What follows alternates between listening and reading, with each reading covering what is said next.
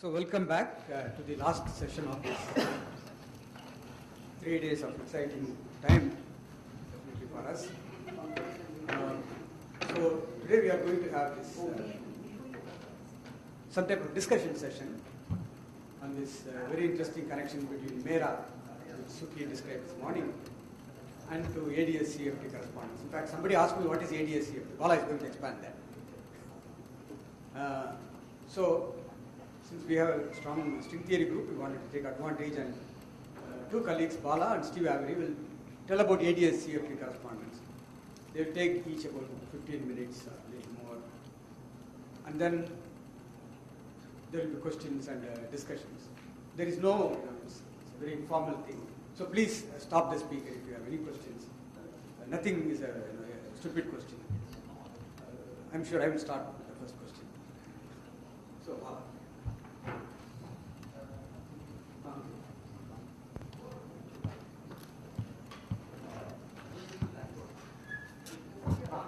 In the later book.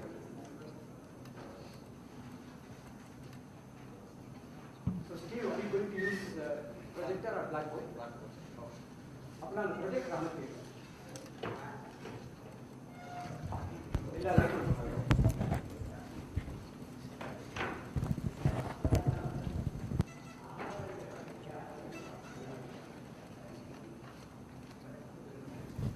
Okay.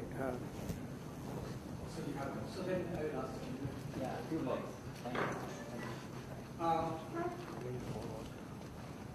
In the light board, இது வேண்டாம். Full light. இது inner reflection. Hall light, full of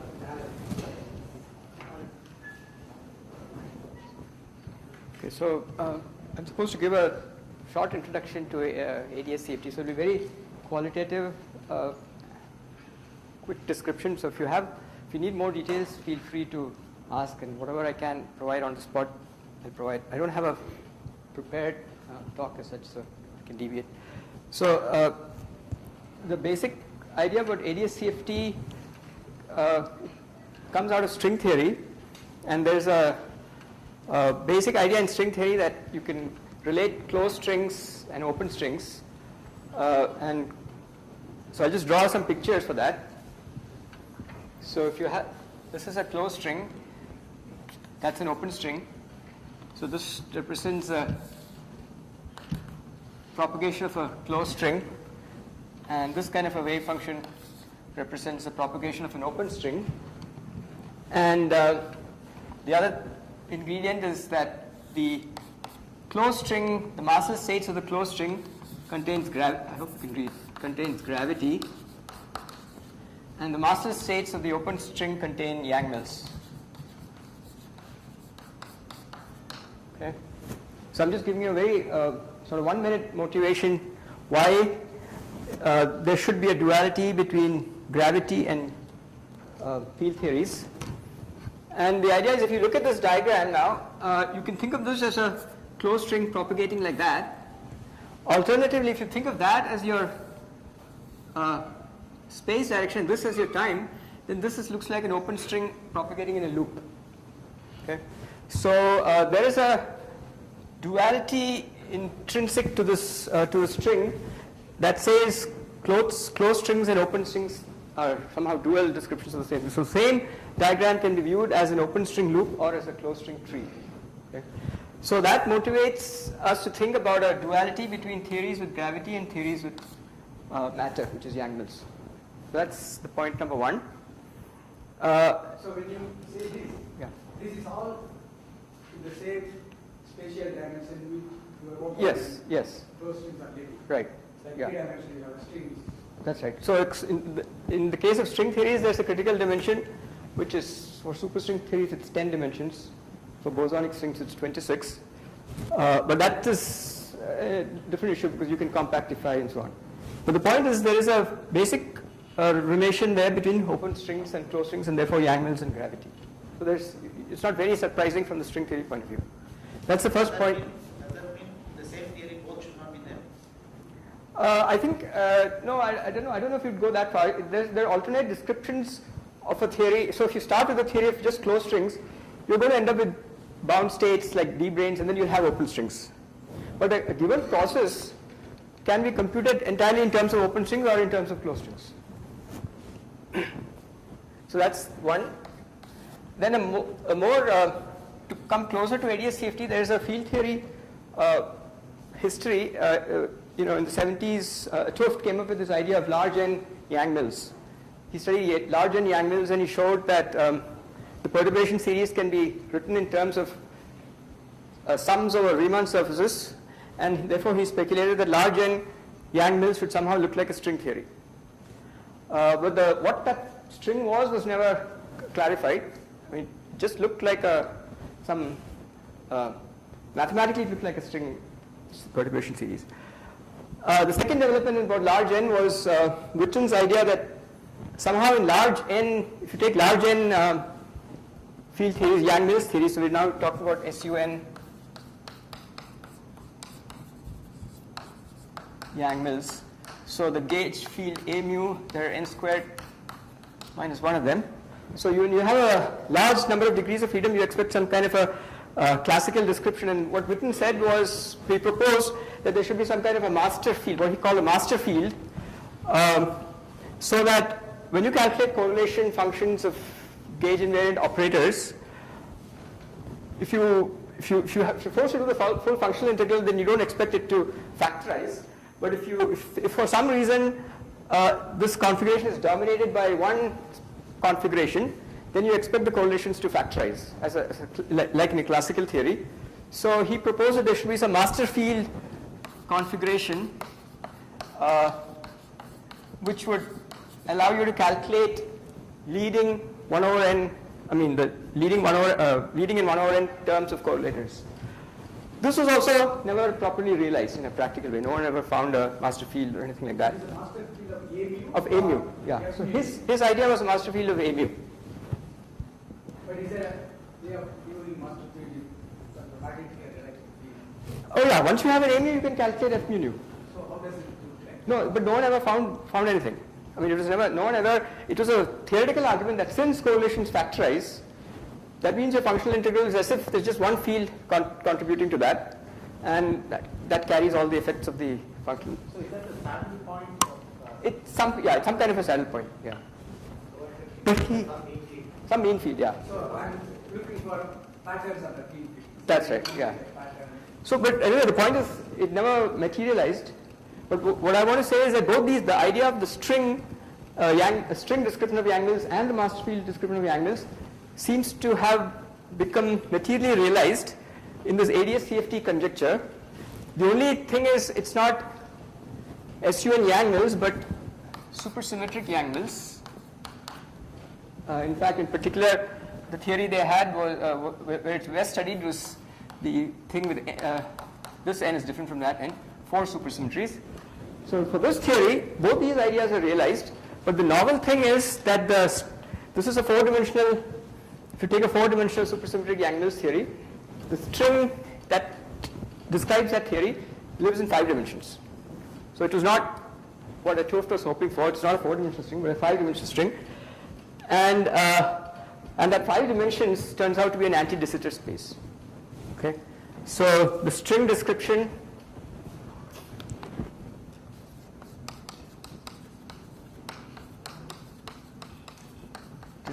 of supersymmetric Janmil's is an anti-de Sitter 5-dimensional space. So you have 4-dimensional Janmil's. So I'll draw a picture here. So this is, let's say, my M4. This is 3 plus 1 dimensional Minkowski space, and you have the A mu and the matter fields sitting here. And what was discovered is that you have a extra dimension in this dimension, which you can call R, and the string that you're talking about somehow lives in this 5 dimensions. And not only that, there's a very specific metric for this 5 dimensions, which is, so if I write down the metric, it's something like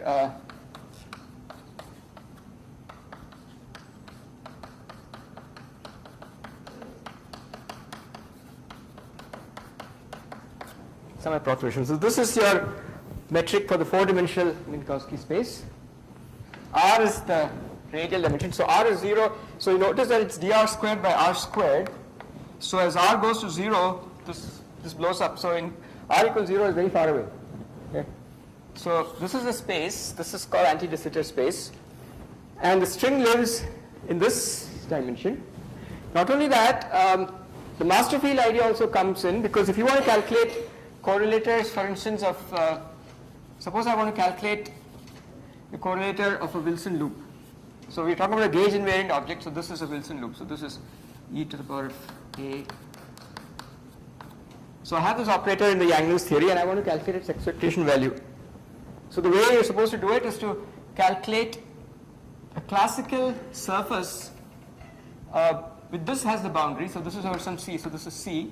So you calculate a classical surface with this C as the boundary, whose area you minimize, because you're given the geometry, you can calculate the area in this metric. You minimize that area. So this in some sense gives you, it's like the master field configuration, which will give you the expectation value of the Wilson loop. So if you evaluate the area of this extremal string configuration, surface, you'll be able to get the expectation value of that Wilson loop. Okay? So your surface in ADS space is a master field. Well, the master field is, that's one manifestation of the master field. So for this particular case, the master field you can think of as that configuration of the string in this background. So the whole, so now I'm going to be more precise a little. So we're talking about string theory in ADS5. Okay, one of the modes of the string itself is a graviton. So we have a non-trivial background metric, which is ADS. So that itself is a background. You can think of the metric as some condensate of strings if you want. And you have this, in this particular example, it's a surface. So the whole thing, you have a classical gravity background with a classical surface, and that gives you the expectation value of this thing in the quantum theory. So this duality in some sense realizes those two ideas. So what I'm going to do next is to make the statement of the conjecture precise. Write down what the conjecture is. So, having done this, in this new, the light of this new development, can you say what's the master field? Well, the master field is the gravitational field. All the fields are the bulk.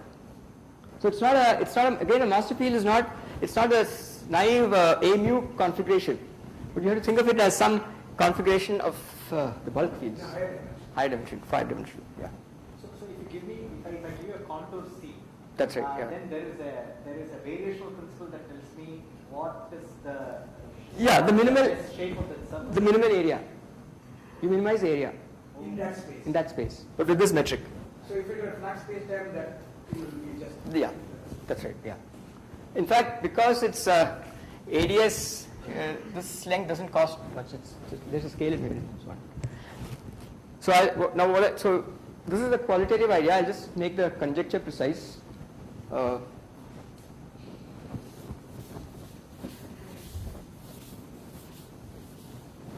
So the claim is, so you have some bulk. So this is, so I'll use the same picture. So you have some fields here, which are the bulk fields, which I'll generically call phi. So this would include G mu nu, which is the gravitational field, and maybe some phi, which is the dilaton.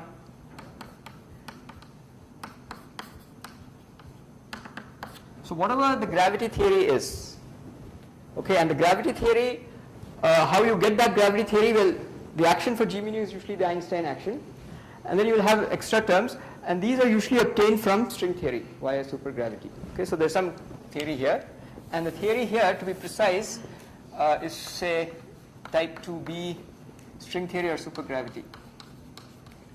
So this has a well-defined action, and you can calculate classically on this. This is the bulk,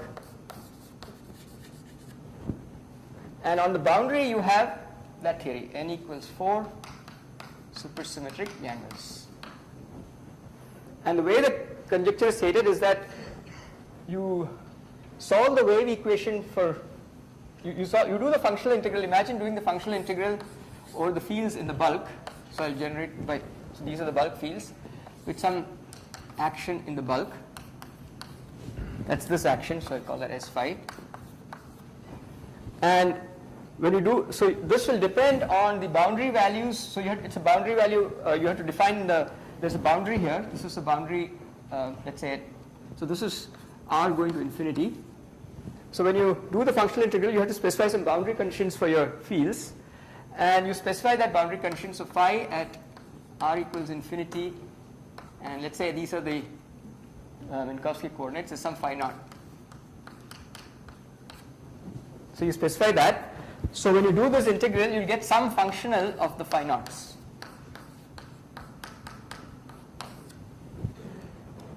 Because you've integrated, so it depends on that. So this is some function of the phi naught, which is the values of the graviton, etc. at the boundary. The claim is that this is equal to the following functional integral. So I'll denote by a mu the fields in the bulk.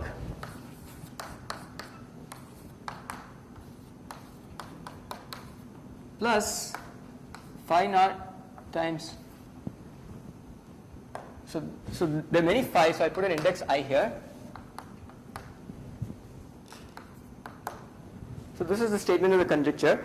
So in the boundary, these are acting as sources for these operators of the Janmil's theory. So why is depends on gauge? Yeah. The gauge invariant operators. So gauge invariant operators. Okay, so that's the precise statement of the conjecture. So now you can, and this is a functional integral, but in many situations you can do the saddle point and just plug in the classical solution. So this guy you can approximate by where phi classical solves the equations of motion of that with that boundary condition. Okay, so this functional integral is approximated by that. So since you just A alone, there are also fermions and so on. Everything. This is for the fully supersymmetric. So here it's supergravity. Then would you have formally demanded this kind of expression, saying that perhaps it's a thing existed in loop? Yeah, but why? Well, right. You mean this should be equal to that? Yeah. No, but yeah. Exactly. Without distinct theory. Is there any meaning to demanding it? Oh, you can do that, except you might get into trouble when you start doing quantum corrections on the gravity side. Because this is, okay, you can just demand that the classical theory should be equal to that theory. So that would be a different conjecture, yeah.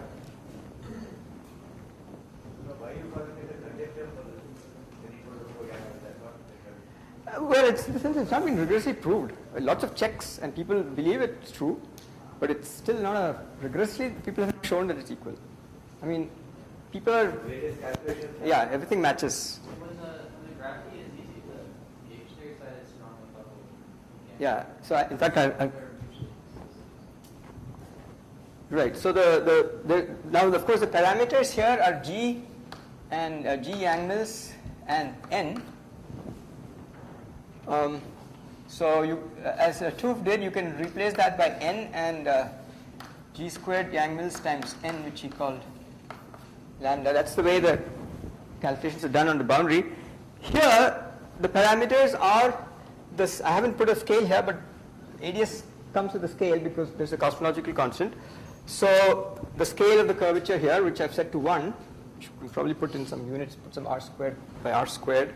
So the connection is G and here the parameters are R, ADS, and G string. Okay.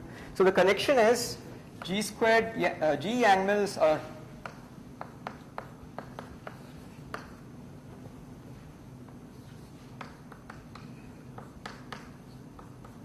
is basically R4 by, I think that's right. Oh, wait. Is that right? Yeah. Powers, I hope I got the powers right. Yeah, G squared. Right, yeah.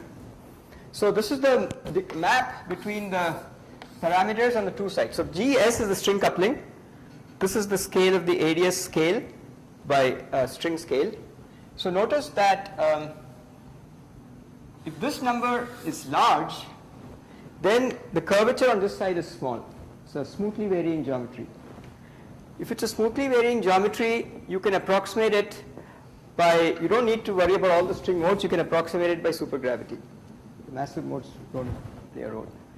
So conversely, if you want to trust this as a supergravity, you would use a gravity approximation, this number must be large. So that's like saying that your Janmil has to be strongly coupled. It's a strong coupling. Okay? And if you want the string coupling to be weak, so if you fix this, if you want this to be small, n has to be large. So large n and large g squared Janmil is n and weaks. So we want small gs and large r. If these two are satisfied, you can do classical gravity. If this is violated, you have to do quantum gravity. If this is violated, you have to include the string modes. So the regime in which this works well is where this number is large, which means your field theory is strongly coupled, and n is large. Okay. So that's the reason why it's hard to verify. You can calculate something very easily on this side, like many dualities, but the corresponding quantity on the boundary is often hard to calculate because this has to be a large number, otherwise it's not reliable. Okay. So strongly coupled field theories are easier to do than weakly coupled field theories.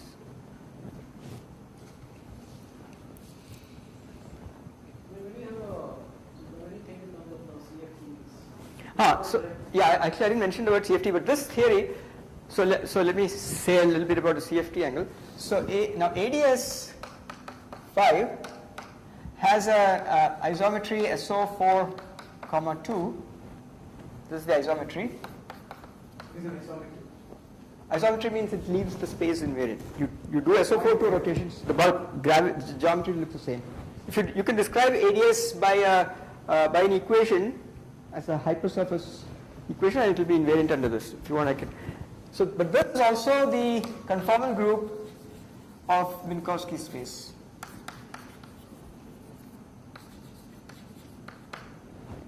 So symmetries on this side, if it has to be a symmetry on that, you must have a theory with a conformal symmetry. So the boundary field theory has to be conformal. So that's why it's an ADS CFT. So as soon as you have an ADS, you have a CFT and vice versa. Correspondence. Now, this was a very specific connection between M4 and ADS 5, but you can do this more generally for ADS D plus 1 and D-dimensional theory on the boundary. You can, people have worked Euclidean versions of it, you can work in Euclidean space. So that's the basic idea of ADS CFT in any dimension. You have an ADS D plus 1 and a Minkowski D. There's a corresponding gravity theory, usually supergravity theory, and some CFT. Okay?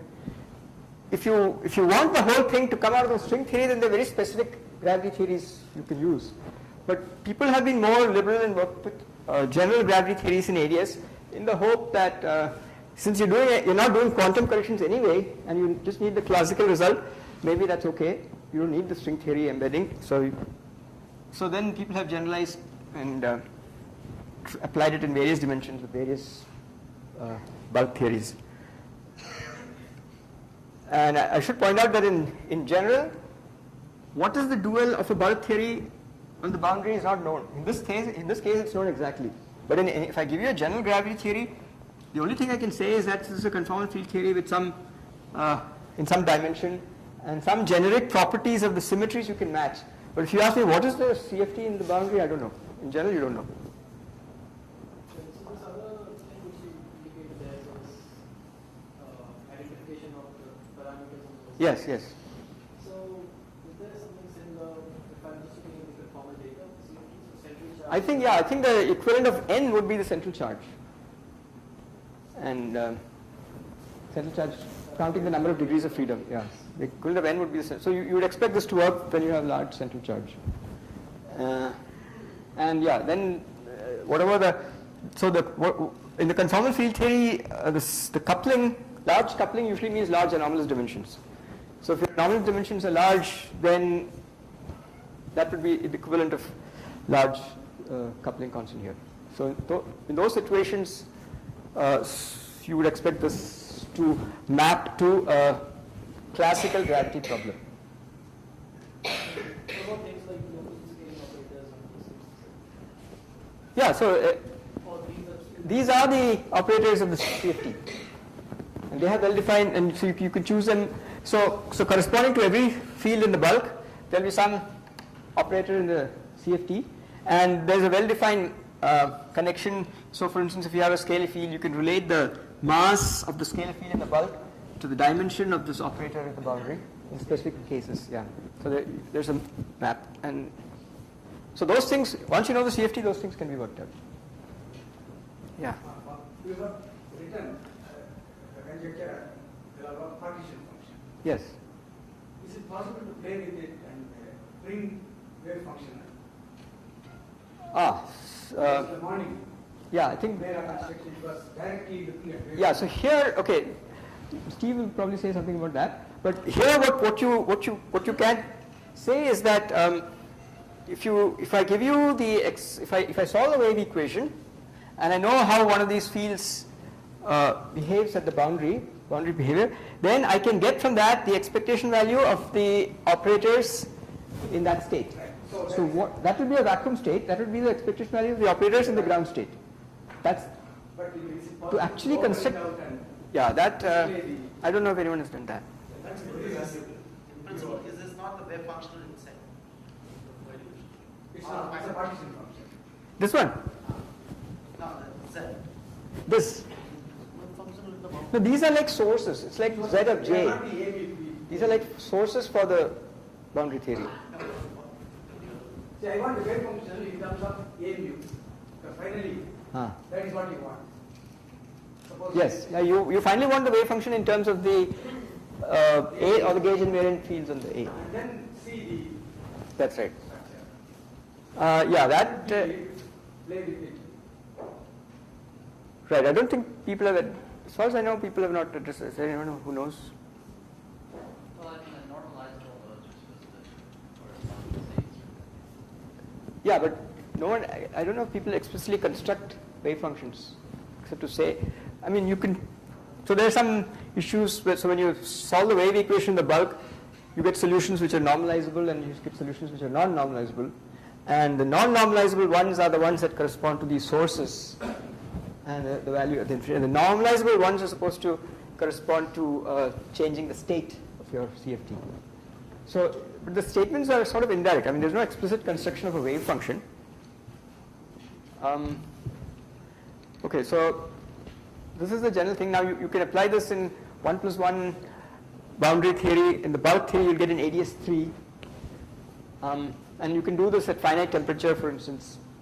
Finite temperature on the field theory means finite temperature in the bulk. And typically, if you have finite temperature in the bulk, the classical solution is not simple ADS, but ADS with a black hole. So then you're calculating quantities in a black hole background, ADS black hole background. So those calculations have been done. So people have calculated CFTs in 1+1, calculated Green's functions explicitly on both sides and checked it, for instance, for ADS3, and there are papers on that. So for ADS3, which is CFT 1+1, you can explicitly compare Green's functions, finite temperature, and people have calculated it. Here there's something called the BTZ black hole. So you can calculate the Green's functions from the bulk, and it matches very well. So those things have been done. So I don't know what else. So yeah, so now the only thing I can add is to say that this, because it's of the form dr by r, the scale if you move this Minkowski space in the radial direction, you're scaling it by r. So if you imagine having a finite cutoff of a fixed size in your space, then as you bring it inward, your size is getting smaller relative to that cutoff. So effectively, you're going to the infrared. If you go outward, relative to your size, the cutoff is very small. So that's like the continuum limit. Okay. So as you move in the radial direction, so you can imagine evolving this. You can, instead of putting the plane at r equals infinity, you can put it at a finite value. that would correspond to a scale transformation. And people have shown, at least in some leading order, that if you the RG flow from this sheet to this sheet can be reproduced by studying the how the bulk modes change from here to here.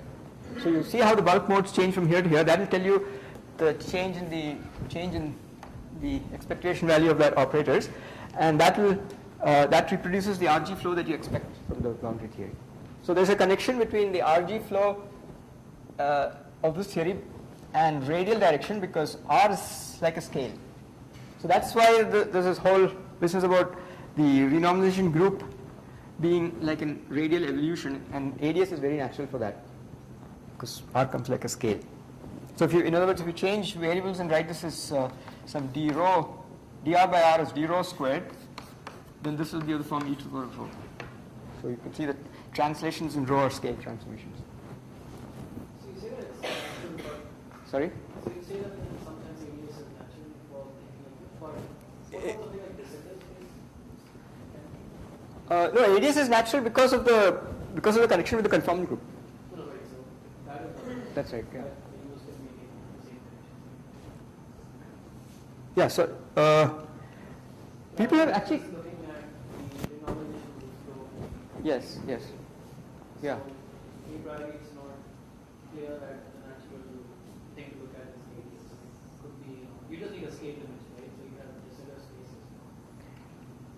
Yes, in principle you could. People have tried ads-cft. I don't know about that, but I think the scale invariance is important here. It's not just RG, but it's RG. Find a correlation. That, well, you can't. Because as I said, there is no, we don't know how to construct a dual for a given theory. We just know that, so there are some known examples where the dual exists. If you just take a general theory in the bulk, what is the conformal dual of that? We don't know. You can, so for instance, you can say these are the dimension of the operators, these are the symmetries of the operators. And then you can invoke some universality or something, and that's what Subir Sachdev does. He takes a generic 2+1 theory, conformal field theory, and then says a certain behavior should be universal, and he calculates it in the bulk and gets some reasonable results. But it's not that you can start with some specific conformal field theory and construct a bulk dual and do the calculation there. Yeah, if you could do that, life would be really nice. Dictionary has a weighted meaning. Dictionary in the sense, given that there is some field theory here, we don't know what it is, these are the Green's functions. There is a prescription for calculating Green's functions and higher point functions. Right, basically you just, I mean, you can see once you have those, I can just take functional derivatives with respect to phi naught and get Green's functions. So if you know how to calculate this from this side, you can take functional derivatives and just calculate Green's functions. And for specific things like the Wilson loop expectation value that I showed, there are prescriptions that says this expectation, which is hard to derive from this, but it says that if you take that loop, then this minimal surface is the answer. So what is practically in? Sorry, yeah. The area of that surface. So e to the power of minus of that area will be the expectation value of the Wilson loop. So same thing for 2-point functions. If you take the geodesic length connecting them, in many cases that should be, yeah. Right. So there is Yeah, it's that's right. Yeah, it's the same thing. So it's a conjecture. We've shown a really lower dimensional exactly solve the field theory. Well, I think things like these 1+1 field theories, you people know, where you know all the dimensions of the operators, people have calculated Green's functions and shown that it matches. And finite temperature, where all the operators contribute. So people have shown if you take BTZ, you can calculate correlators exactly, and it matches. I don't know about. I mean, it's not that you give me a conformal field theory, I can just give you a well, yeah. Because I understand that in 1+1 dimension, Yeah. very conformal field theory. That's right. Yeah. Yeah. Doesn't mean that there is a mirror image in I mean, there should be, but we don't know exactly. I don't think it's known exactly what would be in each case. So if you say I take the Ising model and give me, well, I don't know. Yeah. Oh yeah, I think so. No, but usually you guys are the other way. Because the reason is, yeah, because it's here. The calculations are easy. Like make all the calculations. Yeah, that's right. Yeah, that's right. So could you also say something about, like if I have a global symmetry on the CFT, Yes. is there any way of thinking of what happens in global symmetry? Yeah. So for instance, this theory has global symmetries. In fact, it has a global symmetry SO6. The angle has an SO6 symmetry, and you can trace that to some local symmetries, gauge symmetries on the bulk. Okay, so actually, it turns out that the way you get this ADS5 is by starting from 10 dimensions and compactifying it on an S5. So you have 10 dimensions 3 S5, and the SO6 is the isometry of this S5 that you have. That global symmetry of the angles is the isometry of this S5, and this compactification involves taking gauge fields in this 10-dimensional theory and making them non-abelian, introducing a coupling constant, and you gauge it, and you'll get gauge fields here. So it will be a gauge symmetry on this side. So, okay, and of course the reverse we don't know. If you have, what is this reflection of the gauge symmetry here in the bulk? I don't know, because we only have gauge invariant operators in the bulk.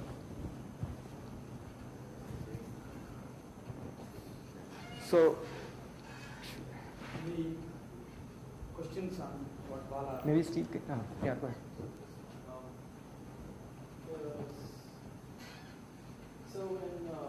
So Brovian mean that it becomes.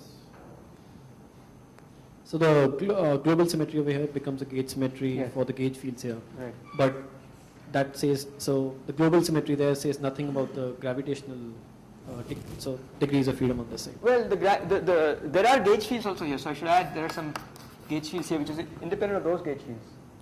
No, right. But So for instance, this theory, there will be some number of gauge fields, A mu, which will precisely be right to gauge the SO6. so there's no correspondence which this takes us from some theory into a purely gravitational. Oh, you want pure, yeah, if you have pure gravitation, you can just by hand write down a pure gravity theory on the side, an ADS. Then it won't have much content in the sense that, okay, so then the only field you have is G mu nu, and the dual of that will be the energy momentum tensor, but you won't have any handle on what are the other operators. So it's as if to probe various things, you have to try more complicated theories here. No, but in that simpler setting, what would a global symmetry on the CFT side? There wouldn't be. I mean, you wouldn't even. Well, the only operator I can think of dual to G mu nu is T mu nu, and there is no global symmetry for T mu nu, except for translations and things. I mean, you're talking about some internal symmetry. Internal symmetry. Yeah. So for that, you need something that transforms under that. Here, Right. So graviton doesn't transform under anything. right, and this is Sorry. now. Someone answer. Four? Lorentz transformations are there. I think he wanted some internal symmetry. Yeah, so probably a final question, and this is motivated by something I've read on Wikipedia. So let's be a bit careful there. But so in 2+1, if a purely gravity theory is topological, right? You can write a Chern-Simons function for it. So 2+1, yeah, the ADS3 you're talking about. yeah, Yeah, ADS3, yeah, you can write down this, it's a ADS3, or you can write down there's a black hole, BTC black hole is there, and that gives you some non-trivial. no, but that is at a finite temperature. You can take if bulk. it's charged, you can take the extremal limit with 0. So there are variations you can do on that. So if it's an uncharged BTC, it's always at finite temperature, but you can put an electric charge on it, and then you can tune it to make it 0 temperature. Right. So my question there was, so it's a purely topological theory, and so you can write out the gravity theory as a gauge theory, and then Wikipedia at some point says that if I have a global internal symmetry on the boundary on my CFT, that directly corresponds to the gauge group on the gravity side. Yeah, I think that's the Chern-Simons connection. I think there's a connection between CFTs on the boundary and Chern-Simons theory in the bulk. That's a separate. Yeah, I think, well, and I think it's also true that gravity can be written as a Chern-Simons theory, so I suppose but that's a very specific Chern-Simons theory. It's a SU11, I think Bal knows more about it. SU11 Chern-Simons theory for gravity. In some sense, it is more general than that. Giving Chern-Simons theory on a 3-manifold with boundary can be given as a CFT on the boundary, right. That's a general statement, right. It doesn't refer to gravity. radius or yeah, it doesn't refer to gravity, but in particular, gravity is an example of. So in 2 plus 1, it corresponds to that. That's right, yeah. So that's sort of independent of the ADS-CFT connection, but there may be relations. Yeah. So is that like saying, so if my CFT has SU2 symmetry, is that then saying that the connection on the gravity side is valued in SU2? No. That internal symmetry will entirely in some gauge fields. Angles. The connection is the usual connection, beta connection. Yeah, you have some SU2 gauge fields. Because when you bring it down from high dimensions, you get G mu nu this and a whole bunch of other things, including gauge fields. So they form. So I don't know. Maybe Steve can say something or yeah. Thank you. So we will come back to you with questions. Okay. Steve.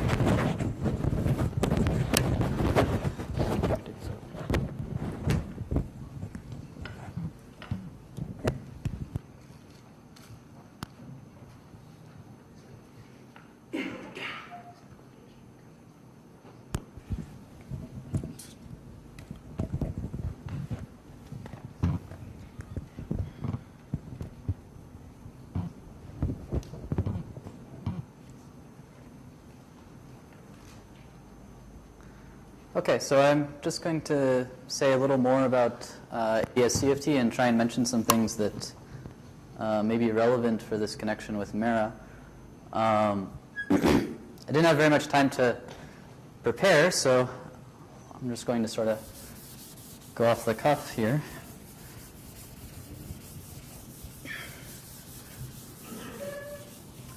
So I think in sort of connecting with mera, there are a couple important things to mention about ads-cft.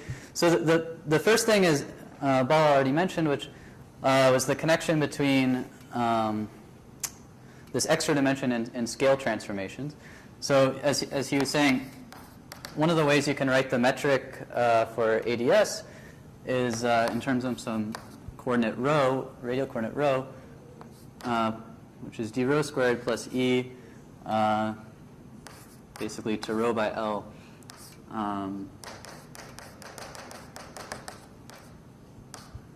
Okay. So this shows you that, so these are going to be our coordinates on the boundary. So since I was asked to work in 1 plus 1 dimensions on the boundary, that's what I wrote here. So as rho goes towards infinity, Insulting for string theorists? what's that? Is that insulting for string theorists? Well, actually, I've mostly worked on ADS3 CFT too. So there is a known example that is rigorous as this n equals 4 case, which is ADS3 CFT2. Although it's a very, very strange CFT2. What's the name of the CFT? It's a 4,4 sigma model with target space, which is orbifolded, or actually a deformation of an orbifolded. It's not as simple as n equal to 4. No. It's very strange. It has some very strange technology associated with it. But anyway, so as rho goes towards infinity, you see that the transverse space, these coordinates that are of the field theory, get scaled up. And so, as Bal was saying, as you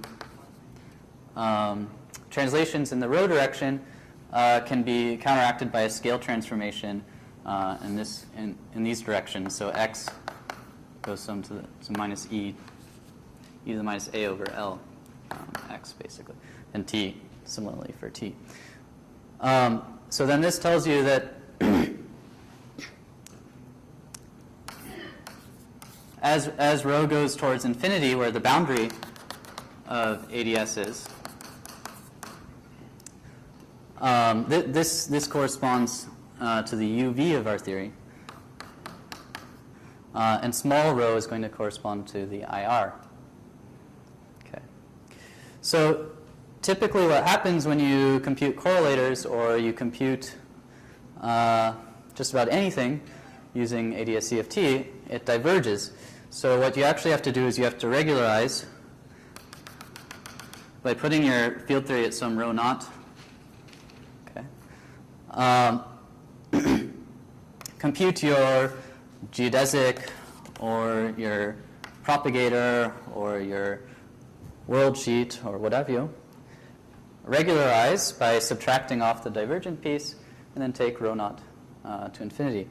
So rho naught is sort of the natural cutoff on ADS. It's the natural way to cut off the supergravity theory. On the field theory, there are many different ways you can cut off the divergence of the UV divergence of the field theory, of course. So one way would be to put it on a lattice, which maybe is most relevant here, but then you could also think about hard momentum cutoffs, dimensional regularization, and so on.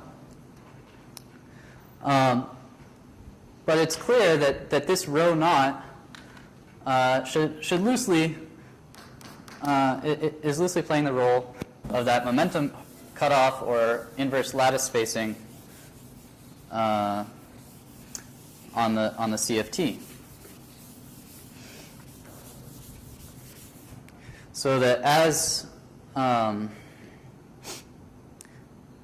the RG flow from the UV to the IR should correspond to integrating out these bulk degrees of freedom. And so people have made various progress in that direction. In the early days of ads-cft and in the past couple of years, there have been some interesting papers in that direction. But really the big open question, and maybe Mera could even say something about this, is how to make this precise. So how do you regularize the field theory so that it corresponds to some natural cutoff on the ADS, or vice versa, so that you can really nail down RG flow in the ADS and connect it to RG flow in the CFT. But you can still make qualitative statements, or you can look at questions that aren't sensitive to exactly how you regularize it. In the Malvicena conjecture, Mm-hmm. are all these things already taken care of, or the regularization? It's straightforward. Yeah, it's straightforward, and as long as you regularize and then take the limit to infinity, then you're fine. But if you want to, but if you want to RG flow into the IR by integrating down from the boundary of ADS, then it becomes less clear exactly what the relationship is between the cutoff CFT and the cutoff ADS. Okay. So I think. So the context of where we already have some sort of we start off with the CFT on the lattice. So that directly corresponds to this rho naught. It directly corresponds to what? To introducing this cutoff cascade. Well, it's not clear. It's not clear that if I cut off the ADS in this way, that it's going to be the same as cutting off the field theory by putting it on a lattice. In fact, it's probably not. But it is clear that the cutoffs should be related in this fashion, in terms of as you take them to infinity, the two theories will agree. But the idea that the length of the lattice is already giving us the depth of the mera. mm-hmm. So if I put on lattice well size, the depth will be log n. But if I increase the fine grain and lattice more, the depth will increase. I think there's a qualitative agreement there. But because the lattice is breaking the Lorentz symmetry in the transverse space, Whereas this, when I put my theory at phi naught rho naught, I still have the Lorentz invariance in this space. I think it's fairly clear that it's not directly the same. But yeah, so it's really the big open question in holographic RG flow is, in my opinion, understanding how these two things are related. What is like RG flow cutoff? Right. Cover high frequency modes? Yes. So you can see, you can see that if I take so as I move deeper into ADS, transverse distances become shorter, so it becomes cheap to go a long distance. So if I look at a correlator between widely spaced points on the boundary, then it becomes sort of the cheapest option to go deep into ADS and use up my transverse distance in that way. But if I probe the UV physics by taking a correlator between two closely spaced points, then I'm not going to really probe the ADS very much at all. And so then that's one way of looking at this IR and UV. So the other thing I wanted to talk about was there's a prescription, and I'm not sure exactly how to connect this with mera or anything, but recently there's been a prescription or a conjecture on how to compute entanglement entropy on the boundary CFT using these holographic techniques. Okay. Actually, it's very similar to the sort of Wilson loop calculation that Bala was describing. Okay. So if I take the boundary of my ADS, or my CF, which is my CFT, and I want to compute the geometric entanglement entropy of some region, okay. Excuse me. Then what Ryu and Takiyanagi suggested is that I should look at the minimal surface that shares this boundary in the ADS. And then compute the area, okay, of that minimal surface. And I put area in quotes because depending on the dimension, it may or may not be your normal idea of area. In fact, in 1 + 1 dimensions, it's just going to be a geodesic, okay? So it's going to be length. And then divide it by 4 times Newton's constant in the ADS space. And the claim is that this should be my entanglement entropy of this region R. Okay. So the motivation for this is sort of manifold. So first of all, it comes naturally from the this Bekenstein-Hawking formula for the entropy of a black hole, where you know that entropy of a black hole is the area of the black hole horizon over 4G. Okay. Can I ask a question? Yes. So that geodesic area that you put, Yeah. actually depends on. So you have written that as e to the rho by L. Okay. So for different CFTs, that e to the, instead of e to the rho, I'll have some other function there.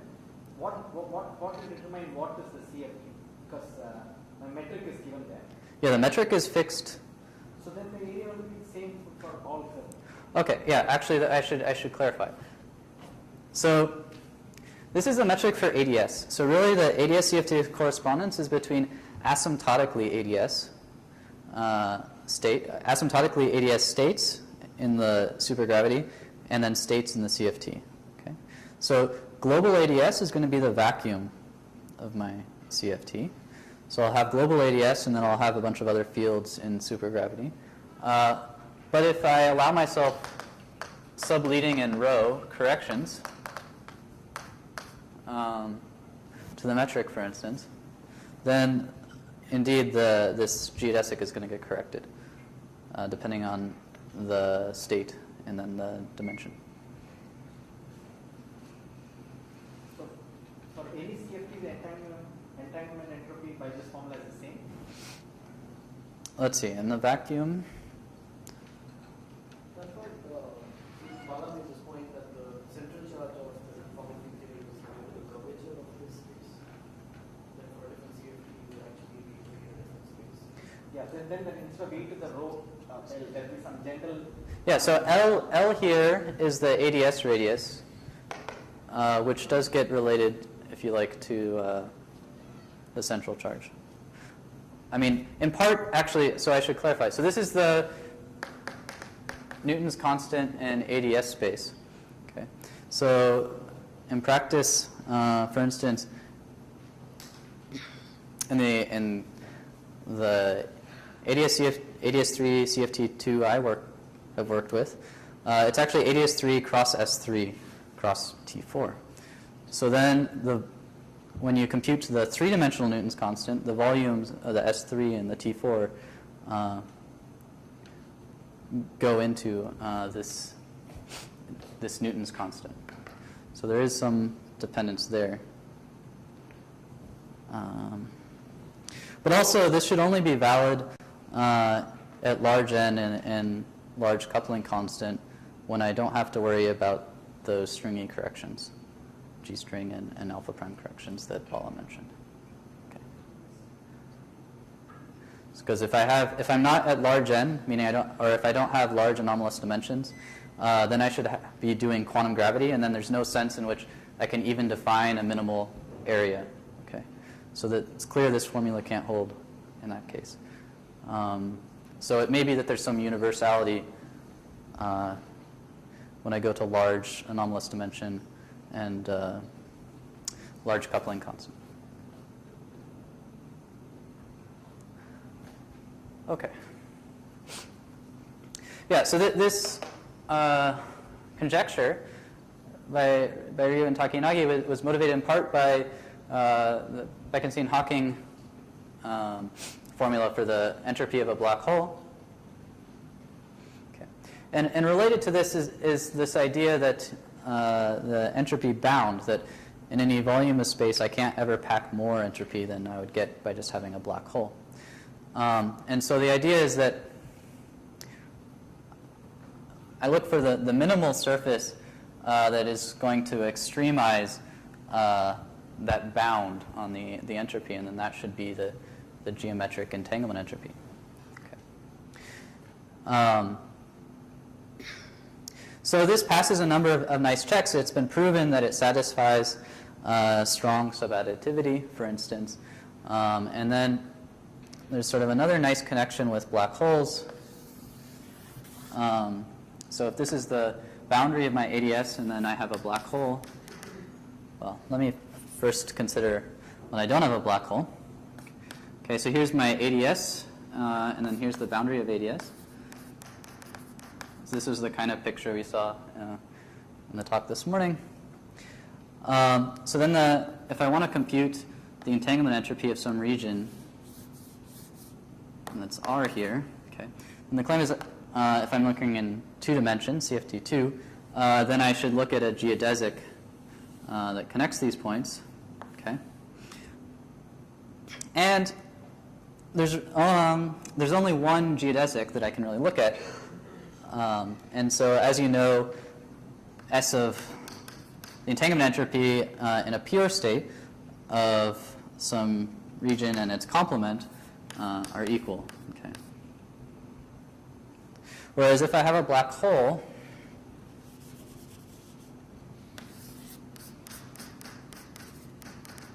okay, then actually for a given boundary conditions on the boundary of ADS, there's sort of 2 geodesics I can think about. So one would be this geodesic, and then another geodesic which would seem to correspond to the complement. So you know when I go to finite temperature, these 2 things are no longer equal. Okay. And so that's observed very nicely in this picture, when I put in a black hole, then there's sort of two minimal surfaces that I can consider. Okay, and moreover, you see that as I make this separation smaller, basically, what you can see is the difference between these two all is going to come from the area of the event horizon, and then it connects very naturally with this Bekenstein-Hawking formula for the entropy of a black hole.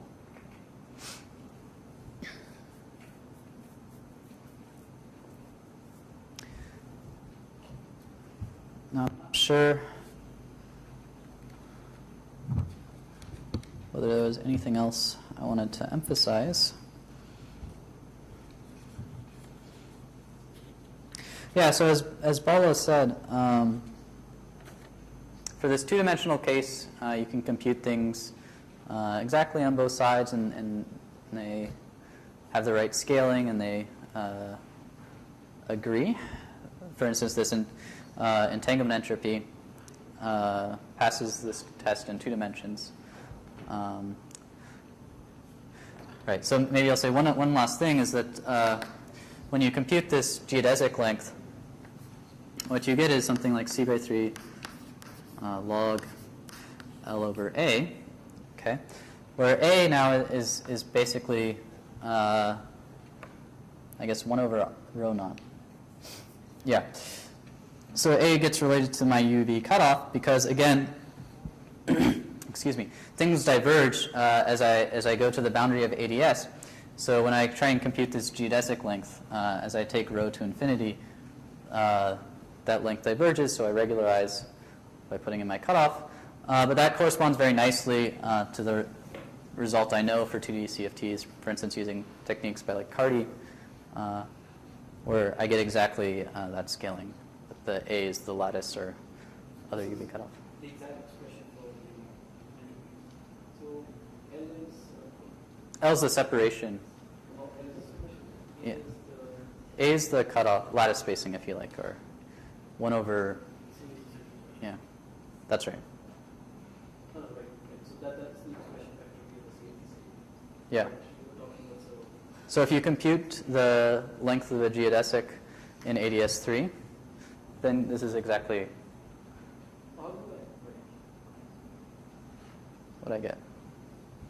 And also the finite temperature result agrees between the CFT and the... So the length of the geodesic is exactly equal to this. Yeah. Over 4 G Newton. So G Newton gets related to the central charge. So that's where the central charge comes from.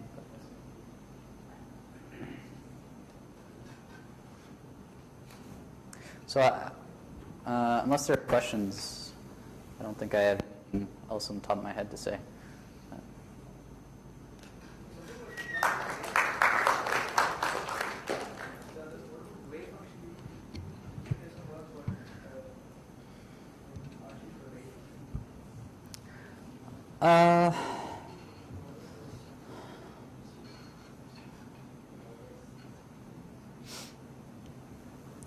So I think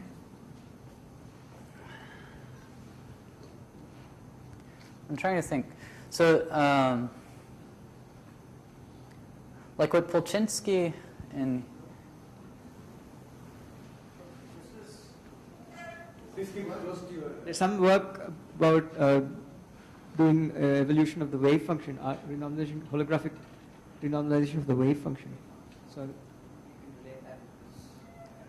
there's been work on the RG flow of entanglement entropy, where you take some asymptotically ADS geometry, and then you compute use this holographic prescription for computing entanglement entropy and see how it changes as it probes deeper into the ADS.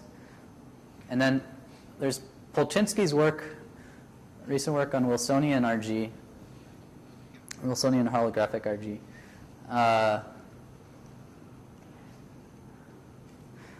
Where if you cut open the path integral, then you end up getting a wave functional. And so I think you can do things related to that. And I think there are things sort of close to that in what Polchinski did and what Verlinde, and de Boer did. But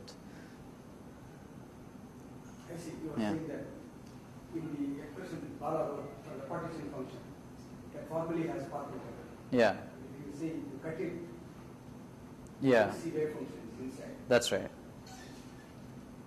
Basically, if you put boundary conditions on the path integral, then those becomes a functional, and then becomes your wave functional. Yeah. And so when you do this RG flow, it comes out very naturally that you end up wanting to put sort of different boundary conditions on the path integral. So I think it may be sort of close, but I don't know if anyone's looked at it directly. So I have a question. Suppose this famous conjecture is proved true. Mm-hmm. Does it help us to solve strong coupling problem, other strong coupling problem? Well, so by this conjecture you mean, The famous Maldacena conjecture. well, so at this point there are many generalizations. So if you mean specifically n equals 4 super Right. Yang-Mills, if that's proven, then does it help you in condensed matter? Is that your question? Or even for string, like higher physics colleagues, will they be able to solve QCD problems? I mean, certainly people have tried, because, I mean, n equals 4 super Yang-Mills is not exactly QCD. So, for instance, it's conformal and QCD is not. So, I mean, the real power in ads-cft comes from the fact that you can do... But only in that corner. That power seems to be there in a supersymmetric corner. Well, what I was going to say is that the power comes from the fact that you can really deform it. So people try and compute things related to QCD. You can kill off some of the SNOOSY. You can put in relevant deformations of the CFT, and it still seems to hold up. So. Then you come down all the way from come to Hubbard model. And I think Subir Shastov would love to, but. Non-relativistic, isn't it? Hubbard model is non-relativistic. But like, that's right. Yeah. Not relativistic approximations. That kind of non-relativistic approximation can be done actually reasonably easily. If I go to forward way, it can be done much more easily. Yes, I mean, so for this, I mean, I think people expect that some version of this should hold for basically any ADS, and any CFT that has large anomalous dimensions and is strongly coupled in some sense should have some ADS dual description, is the expectation. But so to connect directly up with your favorite field theory is probably a long ways Or off. strong interaction physics. Yeah. No, I mean. Maldacena conjecture has 3 parts. One is that it's a string theory on a compact part of ADS with process 5. And the other part is like a L equal to 4 supersymmetric angle. Until we say that they are equal. So how does it help? No, first of all, there are 2 impedance vertically. What is the KD that is supposed to be on the bulk? What is the KD is supposed to be on the boundary? And then the conjecture statement is very equal. So the conjecture itself is not going to tell you like, say you want Hubbard model on the boundary. Somebody has to tell you now what is it supposed to be do it to. And So there is a message in the conjecture. I mean, that's what I see. That in general, strong coupling problem could be solved. Yeah. So is it? That's what I'm trying. yeah, that's the So- simple perspective on takes. Just to assume that any strong coupling problem somehow can be solved by this kind of a diagonal gravity duality. To begin with, don't really exactly what the theory is. Yeah, and just hope you get in the same universality class. Because we had a journal club. Partha reviewed a paper by Samsung Lee. Uh-huh. So he took a well-defined for 3+1 dimensional matrix model or some lattice Yeah. model. And then systematically tried to show that it becomes one extra dimensional. Right. CFT. Yeah. So such approach seems to be more meaningful in the sense, you give me a model and work with it and think and then finally see that there is an extra dimension. See, in fact, before Maldacena, a few months before Maldacena wrote his famous paper, Maldacena was precisely kind of getting into something like that. He was dealing with this Yang-Mills theory, and he was formulating this Wilson-Lucas, some kind of a zigzag path pockets that run, which was calling zigzag path. And it turned out that what they called zigzag path actually turned out to be this coordinate inside this bulk. I mean, it may be that the cases where you can easily prove the correspondence that it's not that useful or interesting, but yeah, I mean, certainly it's, people have tried to take lessons from this for strongly coupled physics at RIC. And people have tried to say things about superconductors and various other condensed matter systems, but I'll leave it to the audience to judge how convincing it is. But in fact, their opinion is strongly divided. The proponents believe it, the rest do not believe it. right. With respect to high temperatures. Yeah. Vijay, I can. Sorry, what was the comment? No, except for the proponents, not many people believe it. This understanding high temperature superconductors using normal state physics, using ads-cft correspondence. No, actually, I think, no, but you make this point, right? Because he has something inside, and he's saying that it is, and it's some faith that makes you believe that what he calculates has something to do with Hubbard model. Yeah. That was the question I was asking. So he's doing something, and those operators that he's calculating has the same scaling dimensions of the operators that you think as the current operator has. Therefore, there is some connection made. But it's not clear at all that the theory that you're describing on the surface is the Hubbard model. Poor. Right. All you can read off from a generic ADS is like the dimensions of operators, the charges of operators, the symmetries of the theory, and so on. But on this note, if I look at this equation that you wrote on the board, that one partition function equal to another partition. yes. So I just want to understand it from an elementary point. So Yes. for me, partition function is simply something that counts the number of states. Uh-huh. So is it clear to you that the number of states on this side is equal to the number of states on this side?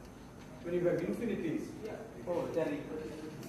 Yeah, technically there's a one-to-one correspondence. The picture would say there's a one-to-one correspondence to the states here. States there. There is. Yeah. So, for instance, in QCD, we mentioned implicitly gave a description of calculating the masses of states and gaps. Mass gap and Moreover, you. the blue ball masses, then it's solving the wave equation. Yeah. No, but whatever it is counting at the end of the day, it's just a number. Right. So this number is equal to that number is equal to that number. So you're saying that they can be differently weighted and. No, you're getting an actual mass that high. You're getting actual. But people have counted certain subsectors like BPS sectors and so on, and then there it agrees. Supersymmetric sectors, if you like. No, but this is true at all temperatures, right? Because the partition function is at all temperatures. Yes, Therefore, there should be some. So the towers should be the same. That's correct, yeah. But and it's even stronger than that because you can put in arbitrary sources. yeah, it's a partition function with source, which can be many, every space-time point can have. So you can compute any correlator. So source is a trick to get reads from it. But at zero source there is no, you can't extract any information. Shankar. So again, this for this connection between mera and CFTs. So in the way that Suki made that network and a circle, that means all those tensors in the bulk have to somehow represent these matter fields in the background of ads-cft. Yeah, I think the tensor So- corresponds to the evolution, the equation evolving the waveform. Yeah. So if you write down the, say, bulk field, there'll be a wave equation evolving it in this background. And that evolution operator seems like this tensor. That I can. Only thing is I'm not able to see what is the field. Because this, what is getting evolved, like in that quantum circuit model, is the many-body state. Whereas in some sense in the ads-cft we solve for field operators. Those correspond to expectation values in that background, in that wave function. Expectation values of fields in the background. But of what is the field in this? Oh, whatever is equal to. So if you No, talk about that, you have only states, you have to identify the field. There's a state operator corresponding to CFT. It is operator.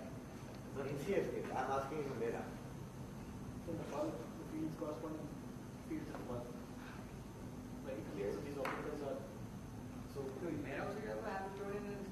I guess I have that operator that whose expectation gives me the gains function. So once And I have to evolve.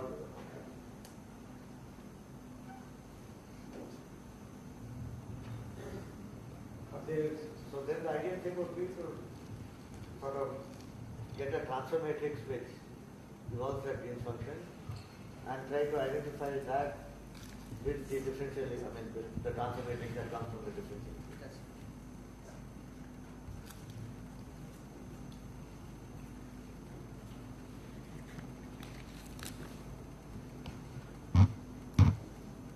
So I think it's very clear. More connections needs to be established. This whole thing is just a tip of an iceberg. I mean, I'm really fascinated by this. So this is one way to understand quantum gravity through mera. So I find it easy part. Okay, if there are no more questions, we should thank Bala, Steve, and Suki for this, making this possible. So now it's my pleasant duty to hand it over to Shankar, who will thank people who have helped us, and also we will possibly close it. And we make, if there are any announcements about your departure.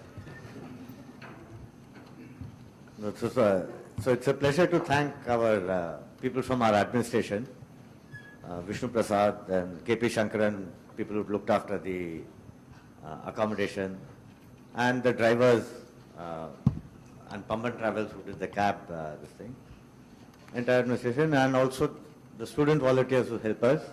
So a special thanks to PV Sri Lakshmi, who's up there, who did a huge amount of the work and to make this possible.